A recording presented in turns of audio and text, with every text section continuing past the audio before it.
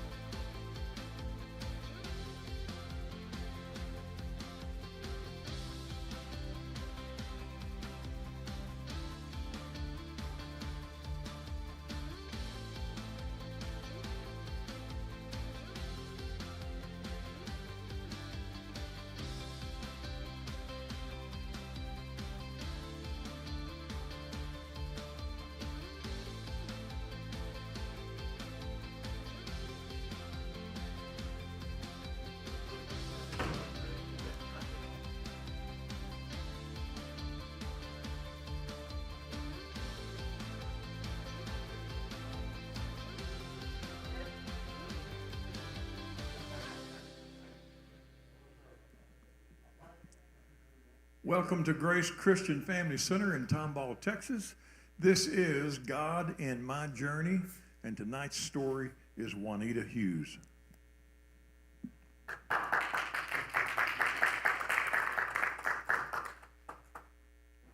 Good evening.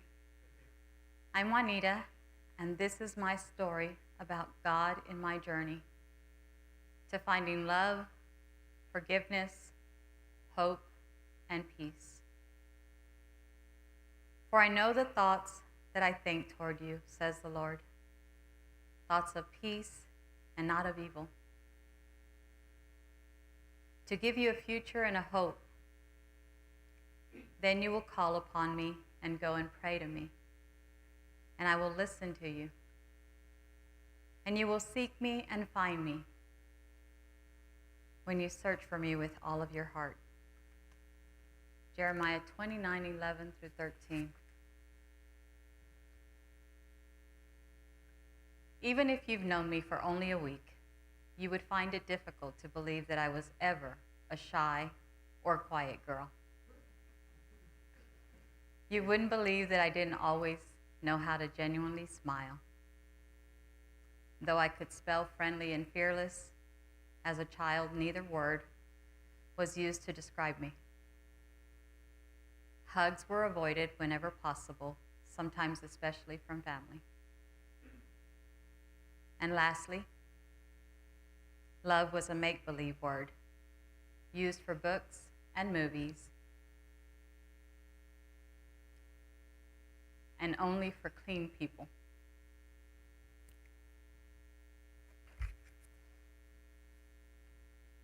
I grew up the oldest of 7 children to a mother who was the only girl with 7 brothers. By the time my mother was 16, she was pregnant and married, and understandably wasn't happy about either. After staying out all night with him, she was forced by my grandmother and her oldest brother to marry him. Through the years, there would be several stepfathers, but unfortunately my own was rarely in the picture. In time, most of those relationships would become physically abusive, and sometimes for both parties.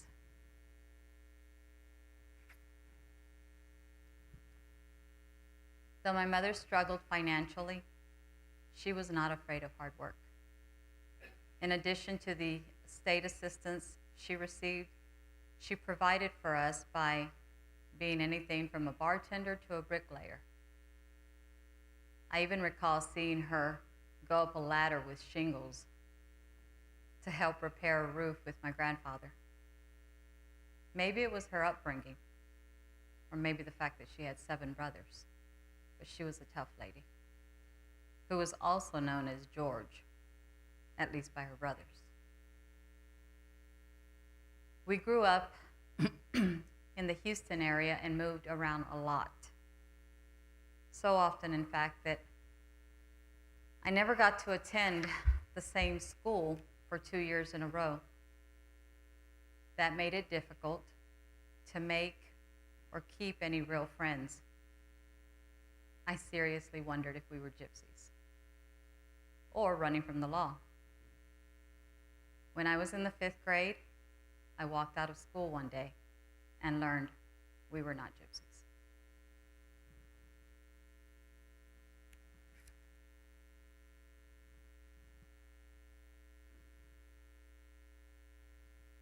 God's viewpoint is sometimes different from ours, so different that we could not even guess at it unless He had given us a book which tells us such things.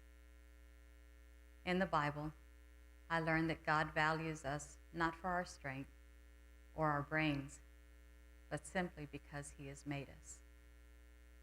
Corrie ten Boom, The Hiding Place.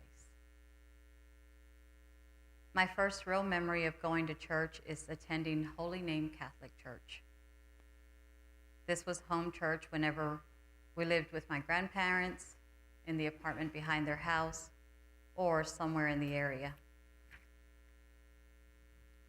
There's a handful of rare memories of my mother sitting in church, but for the most part, I can only see me.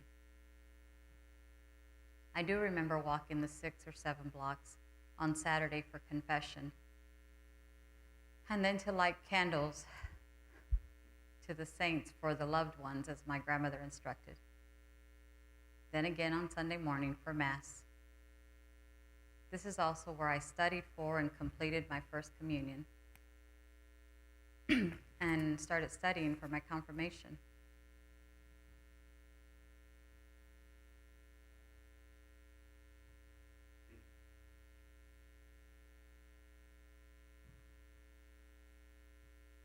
ARC Behavioral Health estimates that in the U.S., sexual abuse occurs every 68 seconds. According to the CDC, more than 1 in 3 women and nearly 1 in 4 men experience sexual abuse in their lifetime. However, these statistics don't account for all sexual abuse cases. That's because many refuse to report their abuse. They feel that people will judge them, blame them, or accuse them of lying. This information is disgusting, infuriating, and disheartening.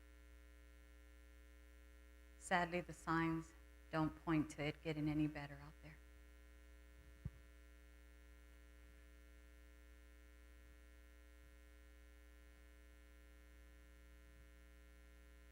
I am one of those 1 in 3. I am a survivor. My first recollection of the abuse began when I was 7 years old and continued until a little after my 13th birthday. Sadly, I was an easy target for several male members of our family and their friends. At this point, the horrific details don't matter as much as the emotional scars that were left behind and that would linger for years to come.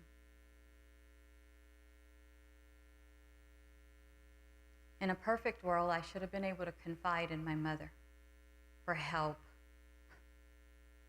for it to stop. But I learned real quick that that was not an option. She was dealing with her own issues. You see, my mother also delivered her own version of abuse that included emotional, verbal, and physical. It was nothing to be yanked around by my hair, slapped unexpectedly, and beaten several times a week. You never knew why or when she would fly off the handle. Once I was even made to get on my knees in front of a bleeding rabbit. My nickname is Bunny when I was growing up.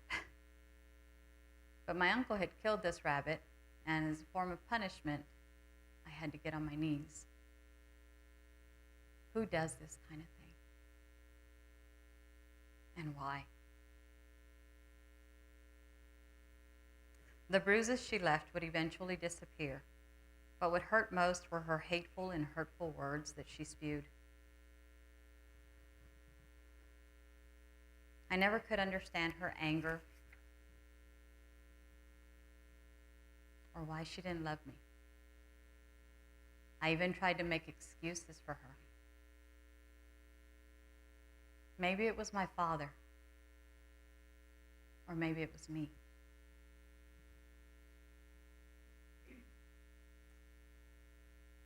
I tried several times to tell her about the sexual abuse, only to be reprimanded, called a liar, and then get another beating. She would warn me that I'd better stop telling anyone about those lies. On a visit with my father, I thought I would share some details with one of my aunts. When he went to drop me off, he told her she had better do something about what I said was happening, or else. You didn't say or else to my mother. She did something about it, and from then on, I didn't speak about it again until I was older.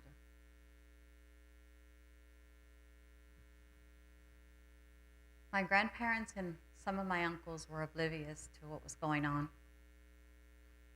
They also didn't dare speak up. I brought you into this world and I can take you out. I really believe that statement to be true from her.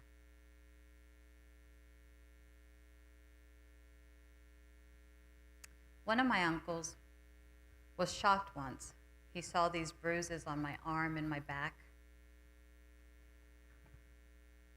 And he asked me, "What happened?" Before I could answer, she answered and said, "Oh, I was clumsy, had fallen down on some rocks at Galveston.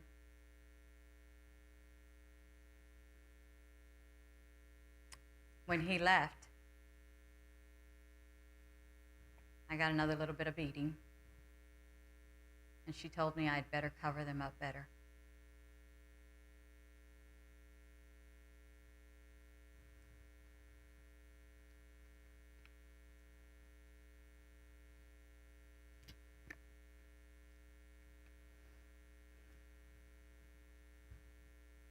Do you know what hurts so very much? It's love. Love is the strongest force in the world, and when it's blocked, it means pain. There are two things we can do when this happens. We can kill that love so that it stops hurting. But then, of course, part of us dies too. Or we can ask God to open up another route for that love to travel. Corrie ten Boom, The Hiding Place.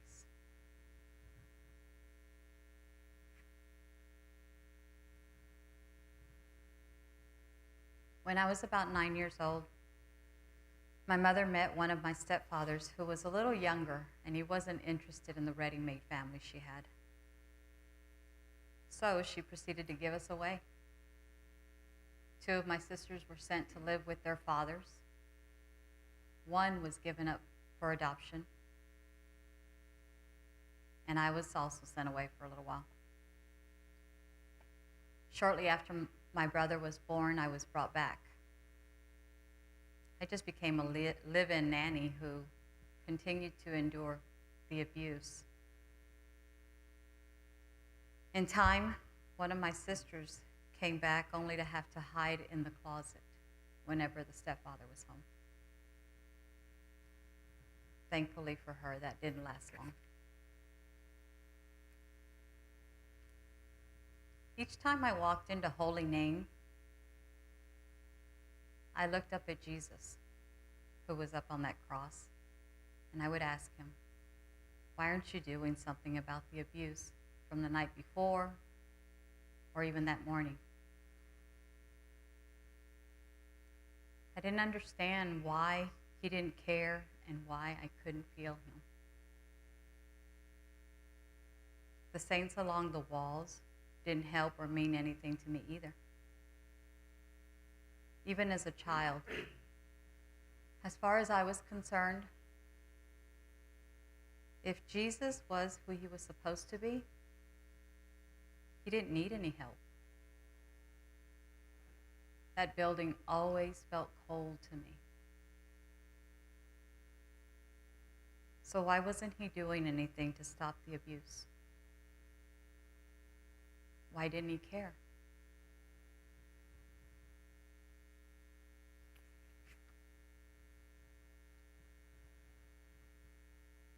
Then one day, something changed.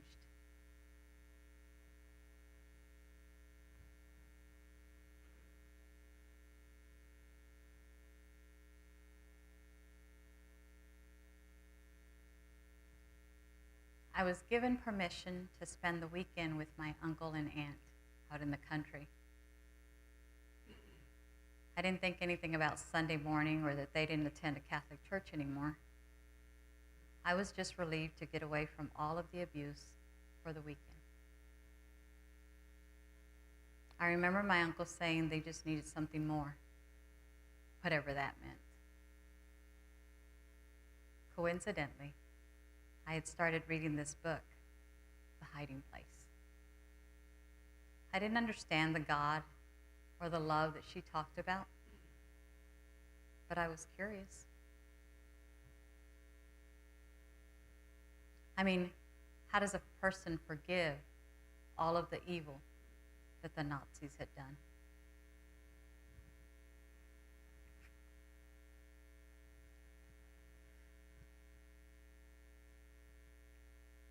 I didn't have any expectations when we arrived at the church. My plan was to stick close to my aunt and, as usual, keep my head down. But he knows the thoughts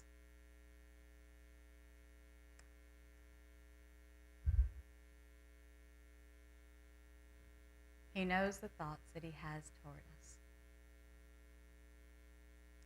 We walked into the church, and before we could even step into the foyer, I was overwhelmed by this unexplainable hug, this unexplainable love that I'd never felt before.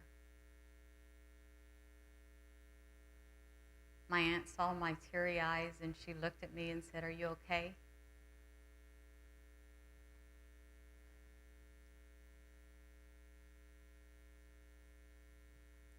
I I know now that for the first time,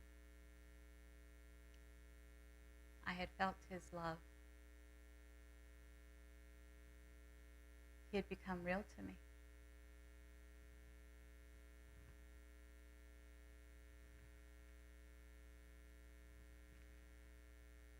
After that weekend, I looked forward to visiting for several reasons. I tried Sunday school.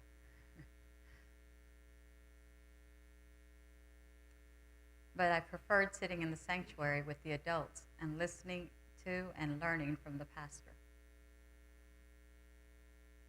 One Sunday, after seeing someone get baptized, I told my uncle I thought I was ready. So he led me to the pastor, who then asked me a few questions. I can't remember any of them. It was right around my 12th birthday that I was baptized by the gentleman who I'm so thankful is still my pastor today.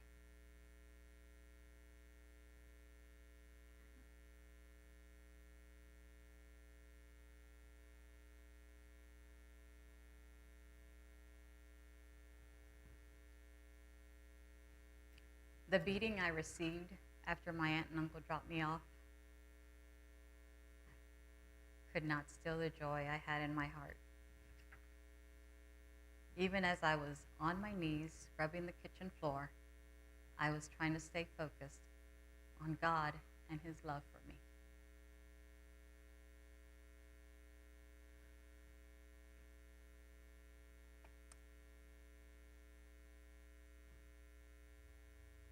And for all these people alike, the key to healing turned out to be the same.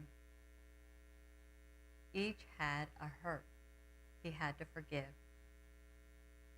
Corey Ten Boom, The Hiding Place.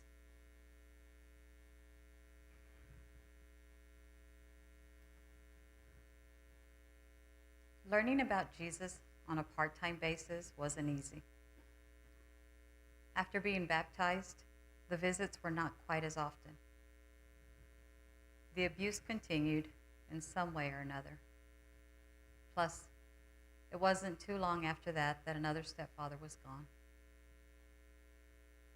If I wanted to go to church, I had to go to Holy Name. That was fine. Because now I saw that Jesus up on the cross differently. I had learned that my Savior was no longer on that cross.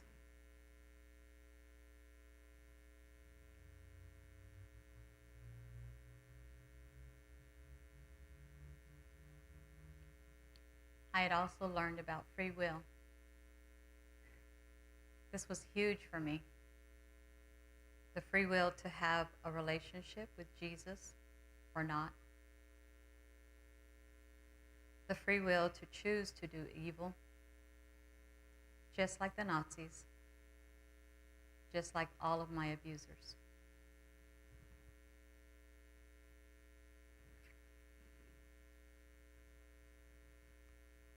The following years were filled with more moving around, another stepfather, and a sibling, me dropping out of school, getting a job, trying school again, leaving my mom's, and then going back a couple of times.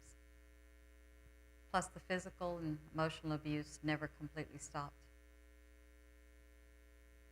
For a short time, I even lived with my aunt and uncle, but that couldn't last. I had occasion to go to Lakewood, the oasis of love, and listen to John Osteen. It was so easy to feel God and his love there, but not in the pits of constant ugly.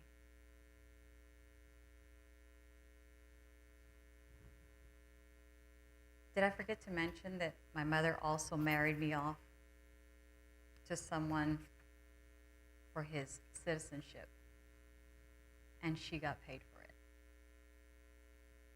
Thankfully, that was just on paper.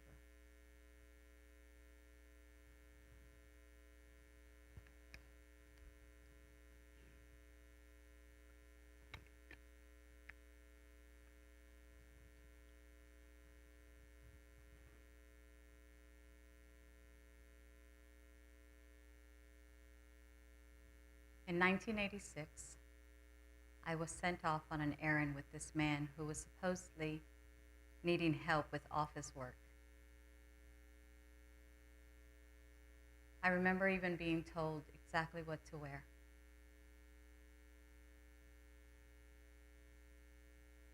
On our way, he stopped to purchase office items that he said would be needed. And then he went to this liquor store and bought drinks. They weren't for me. Even though I enjoyed going out dancing, I had still not even had my first drink.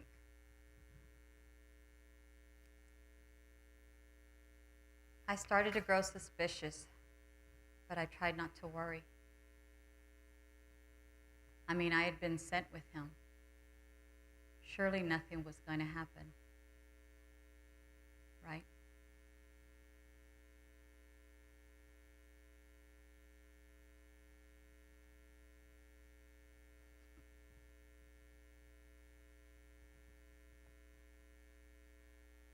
He took me to this area of Houston off of Jensen that I normally would not have gone to.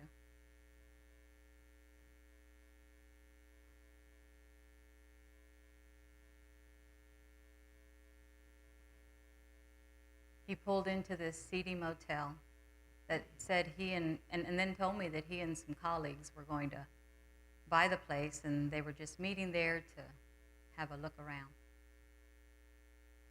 None of that was true. Once inside a room, I started getting this very unsettling feeling.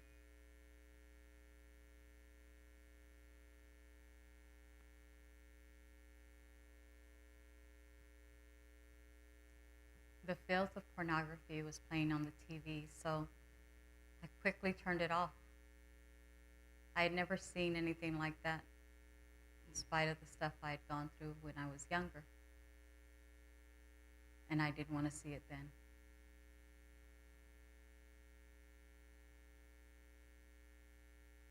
He poured drinks that went untouched, and he turned the TV back on. And I immediately knew his intentions. I begged him not to, but he tossed me to the bed and began to rape me.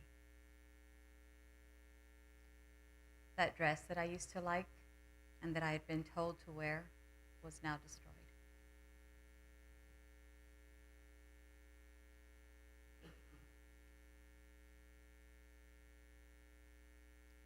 Praying was not a normal routine for me, but now I believe differently than I had before as a child, and I somehow knew to call out to him.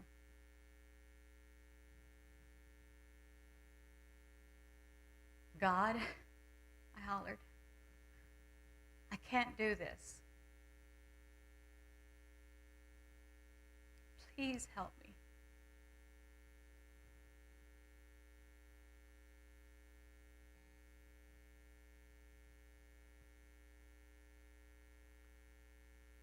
Instantly, I was having this out-of-body experience. Don't ask me to explain it, I can't. I couldn't understand it then. My body was on the bed, but I was sitting in a corner. I couldn't feel or hear anything that was going on. I was sort of in a vacuum.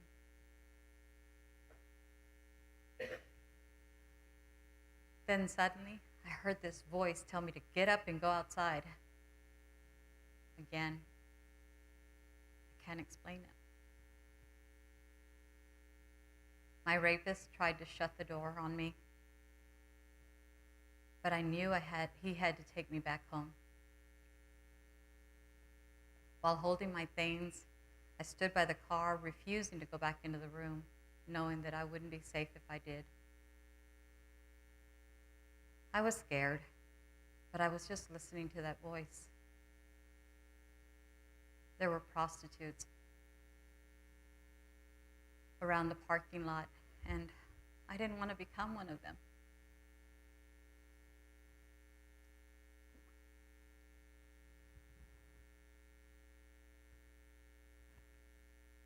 He promptly grabbed his things.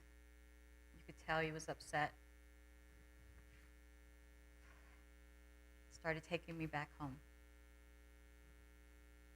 On our way, he pretended as though we had been on some date, wanting to talk. I was trying my best to get dressed. I'm so thankful to say that after that, I never saw that man again.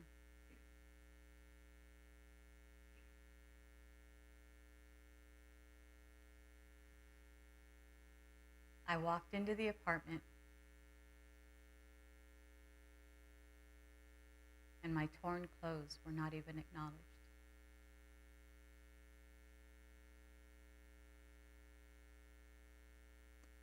I knew then that my suspicions were true.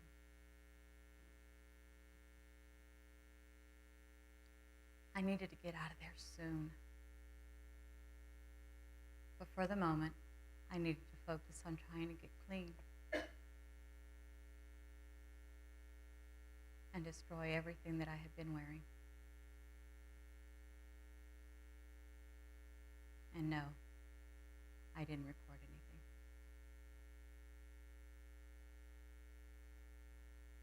The next few years were very destructive for me and painful because of memories,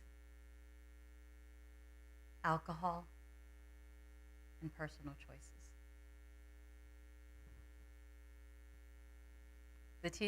The detailed memories of my sexual abuse started flooding back.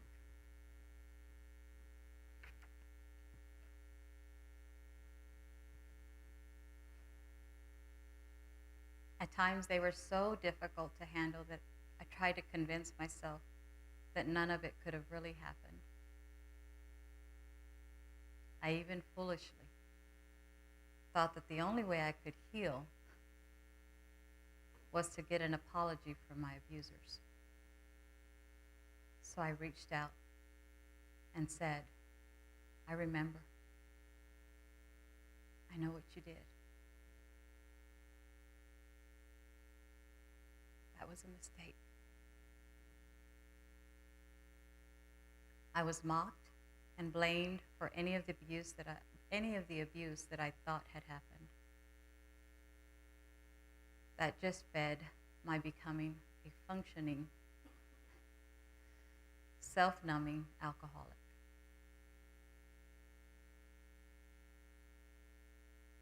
I seriously considered suicide then. During that time, my mother and I were mostly on a no-speaking terms basis for the first time. I had finally had enough for a while. It would hurt my relationship with my siblings, or some of them, but I needed some self-preservation.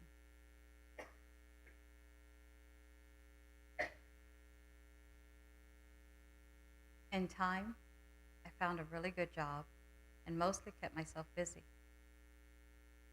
When not out of town for work, sometimes I would get myself to church at Lakewood. I was still alone, but I was trying to heal and learn.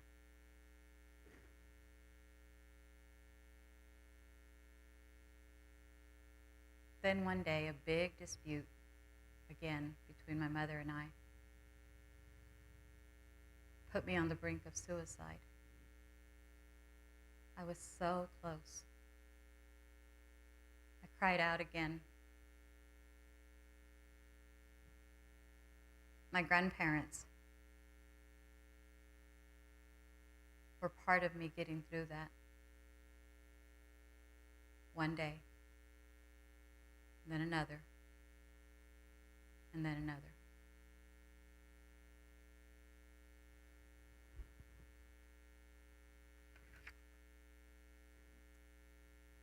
After a few days, I called my uncle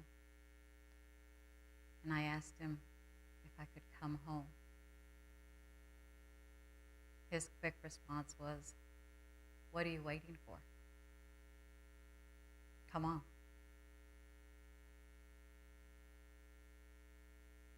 Coming out to Magnolia allowed me to truly get back into the church and develop some necessary foundation and growth that I had been missing.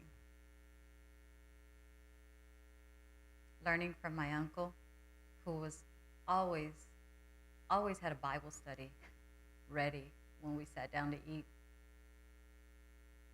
In more ways than one, was nourishing when we sat at that table. Every Sunday morning we were at church. Every Sunday and Wednesday evening as well. Then on Tuesdays and Thursdays, because that wasn't enough, we would go to the Spanish service at another church. I was healing. I was growing.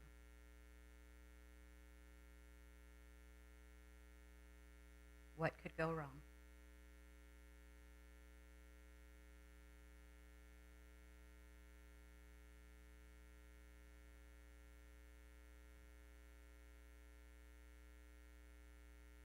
After contemplating a suicide for the second time, I found myself needing to forgive my abusers. Even the man who had raped me, though I would never see him. Not so much for them. I needed and wanted to get past the burden that I carried every time I thought about any of them. I wanted to try to have a different relationship with my mother, though I know it wasn't just dependent on me. It wouldn't be easy, but I wanted to try.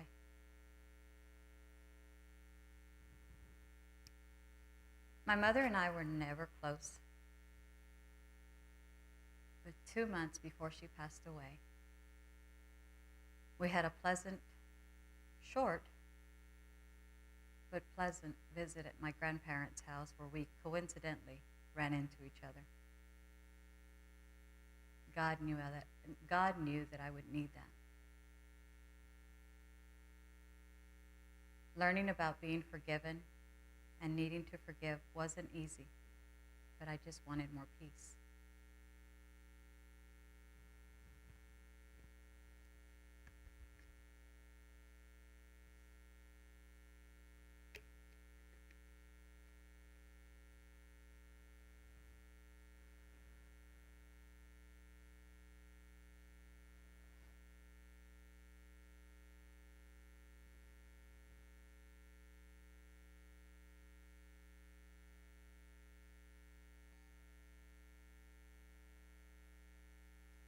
It was almost a year later that my uncle and aunt thought that I needed to meet this guy who they had known for years. They knew his family and kept telling me that he was such a good guy. Maybe so, but they didn't know everything.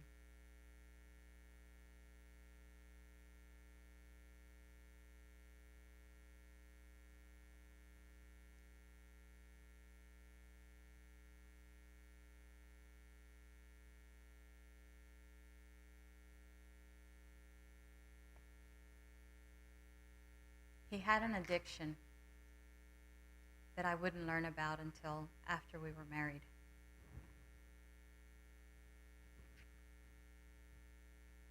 For all but the last 2 years of his life, I accepted, tolerated, endured the filth of pornography.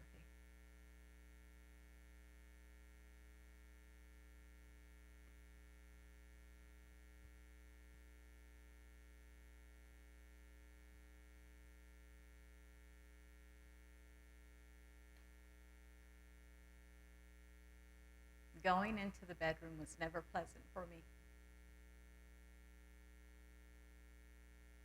I endured being humiliated, chided, ridiculed, all of that stuff, all over again, whenever I made the mistake of speaking against it. I was constantly throwing filth away, only to get in trouble for it.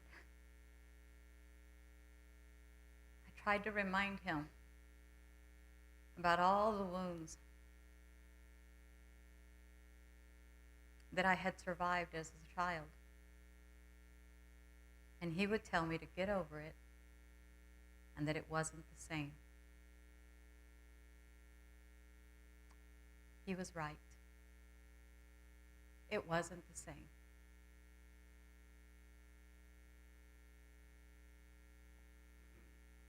It was worse.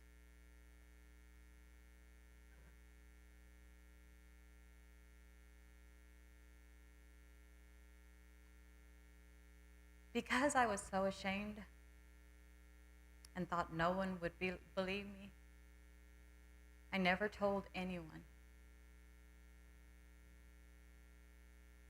I felt I was supposed to protect him. I mean, we came to church.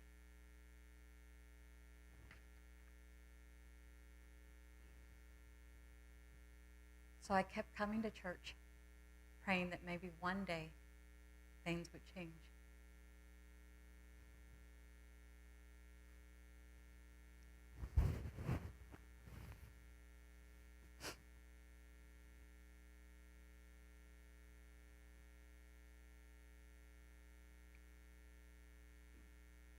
At times, my past would creep in, and I would convince myself that I didn't deserve better.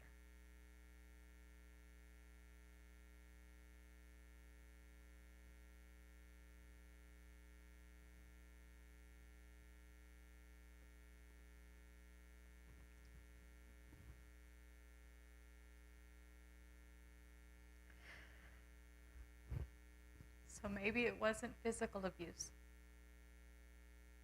but I can now admit that it was a form of abuse.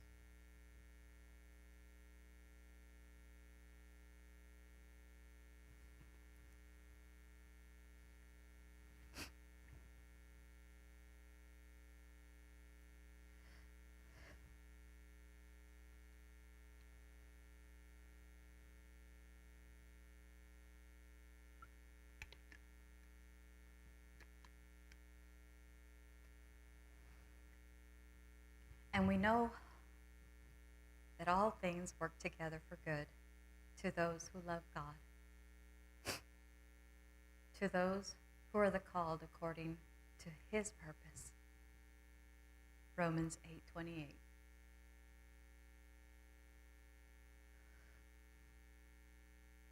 I have debated several times, talked to the pastor several times about whether or not to share my story. It's been a little disconcerting putting it down on paper. I've had to relive some moments and words that thankfully are no longer part of my life. Then again, it has also been a little cathartic. More healing for more helping. While I was still married, I had a friend ask me if she could bring her daughter to talk to me after she had been raped. She was a young lady, a senior.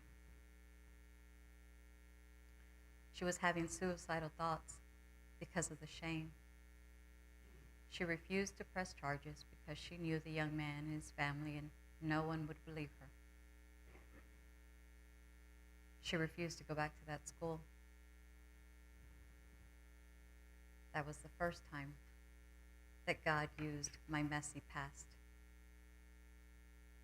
Years before, I had shared with her mom about my years of abuse. The daughter, up until that point, was the only one that I had shared explicit details about the rape that I had endured. I'm not taking credit for her healing, but I know that she's in a better place now and has a little family. Even as I was dealing with the issues of pornography, God was using my mess. We shared a belief in Jesus, and our conversations always included him and his healing for our lives. in His time. After becoming a widow, I dealt with some personal issues that included me contemplating moving to another church. Moving away. I actually tried that a couple of times. Negative voices in my head were constant. There was a part of me that almost felt, again, like I wasn't enough.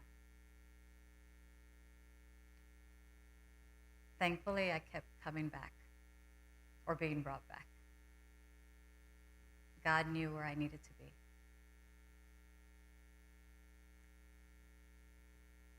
I found myself in a routine of work and church, and on occasion, a just because road trip. I was even invited on a cruise with one of my other aunts and uncles. One day on my way to church, on my way to work, I heard this voice, that same voice from 1986.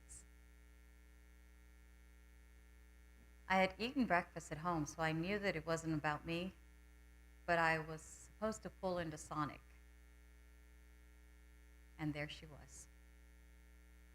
This young lady it turned out to be, who looked no more than 13. I ordered some breakfast, and before I could call her over, she started to walk off. I pulled up next to her, and I asked her if I could give her a ride. She put her head down, and she said she didn't have anywhere to go, and that she was hungry. Her mother had thrown her out because she refused to go out and get drugs. I gave her her breakfast, and then I told her, after work, meet me in that same spot. I told my bosses about it, and that I had taken her home with me. I let her stay with me just so I could try to help her. I brought her to church. I helped her find her father's side of her family, drove her up there. But more than all of that, I loved on her. I shared God with her.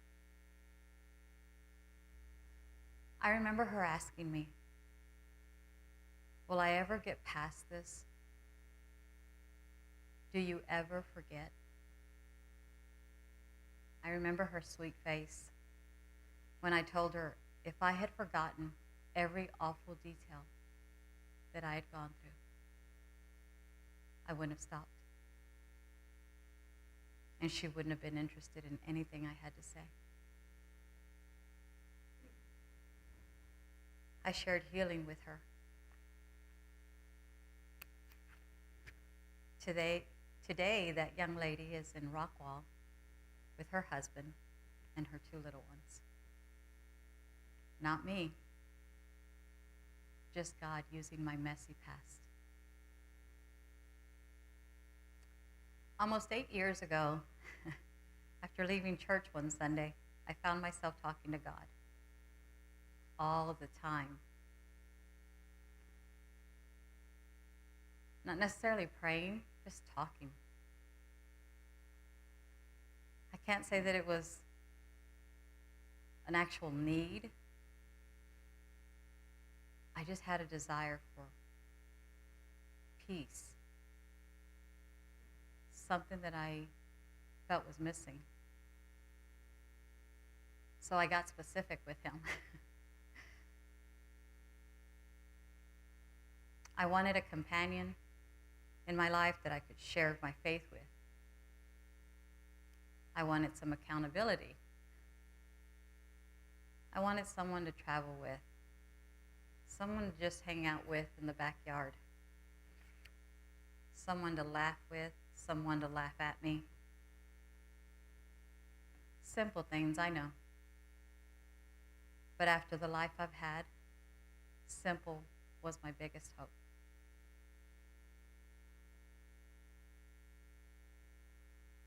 God answered in the most unexpected way. It won't surprise you to know that I'm very protective of our peaceful home for more reasons than just me. Thank you, Phil, for being receptive. In 2018, I had a stroke that was just bad enough that I had to work myself out of a wheelchair, out of a walker, out of a cane. The day before I had ended up in the hospital, my blood pressure had gone up to 298 over 190. My mother had died of a massive stroke, so I should have died or forever been paralyzed at least. After getting past that, I promised God I would work on listening to my body better. My life as I knew it had changed. I would no longer be able to work like before. My vision would not be restored, where I could just take off on just because road trips. I wasn't mad at God. I just didn't want to become 100% dependent on anyone. Not at my age. I needed to still feel like I was useful. I knew I still had more to give. Was I too broken? Was I too messy? How could God possibly use me? These are the questions that I ask myself daily. This is what the past is for. Every experience God gives us, every person he puts in our lives, is the perfect preparation for the future that only God can see. Corrie ten Boom, The Hiding Place. A little over a year after my stroke, I was going stir crazy. I couldn't just get into the truck and safely drive off into the sunset or go see a sunset. But I was getting depressed and ready to open the door and just start walking. I know that sounds silly. I didn't want to be on antidepressants. I was on enough medication. But I was struggling. I called out to God. It was getting serious.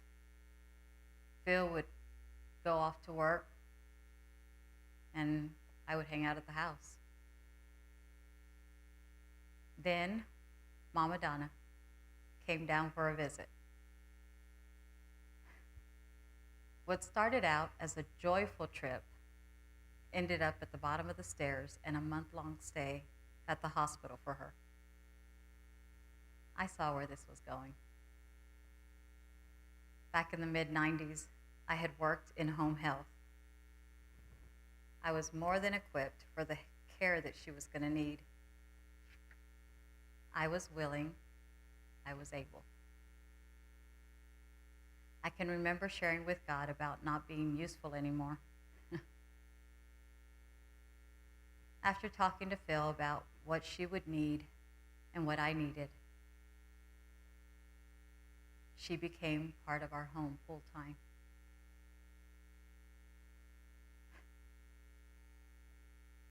She will never really know the blessing that her life has been for me.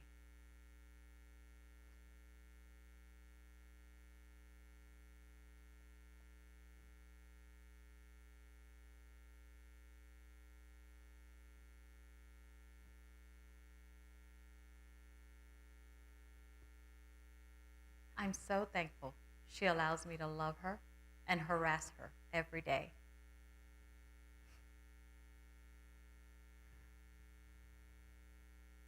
I've lost count. I've lost count of the actual years. But God has allowed me to see and feel true love, forgiveness, hope, and peace that I so yearned for 8 years ago. I don't take any of it for granted. focus now on enjoying where I am, who I'm with, laughing,